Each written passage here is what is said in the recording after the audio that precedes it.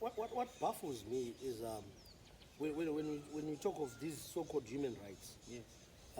and the implementation of human rights that Africa should do. We are often noised about this issue, or for us not accepting the homosexuals, LGB, whatsoever, that nonsense. Yeah. It was never in our culture.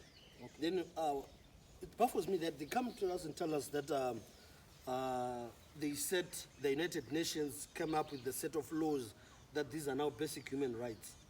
And that, my question is, who is United Nations? Okay.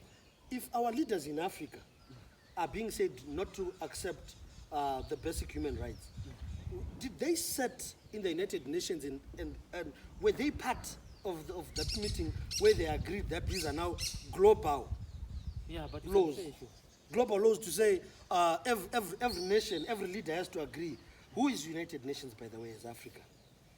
Are we not repeating the same thing that happened back then during the Berlin Conference in 1984, whereby a group of people sat in the Berlin Conference, the Berlin Case, and decided for Africa. And in that set of group of people, only 2 people had set their foot in Africa. Yeah. The rest of them, they had never been to Africa. Don't tell me. And then when they said, they decided for that this portion, this one is taking it according From to the map. From the map. Hey. They sat there for 4 months in the Berlin Conference with only but a map to divide Africa.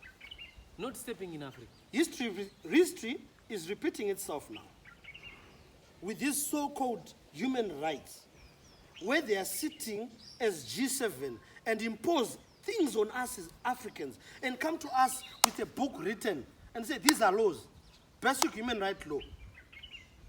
Yeah. You see an African leader is being interviewed on BBC, and the journalist is aggressively attacking the leader, talking about human rights. Are you going to implement, what do you say about the basic human rights? What do you say about homosexuality?